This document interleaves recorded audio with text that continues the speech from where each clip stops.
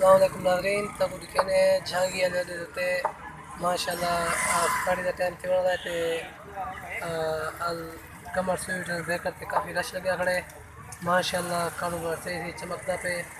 अल्लाह पाक ने कारोबार च बरकत दे पिछू गाहक दा काफ़ी लाइन लगी खड़ी है अगली गाहक पिछू भी गाहक माशाल्लाह ये बेजन बेहनते आते पे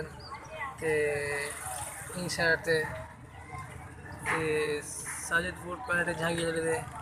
अगर किसी भी टाइम तो नहीं साइड चक्कर लगे थे तो ज़रूर चेक करें तो मिठाई वाली दुकान है आपको मिठाई का भी हल्के शक्ल दिखे थे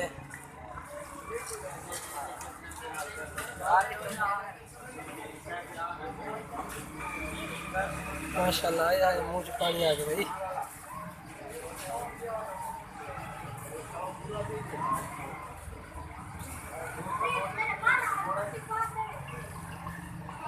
दोस्तों मिठाई खाने में अफ्तारी देते हैं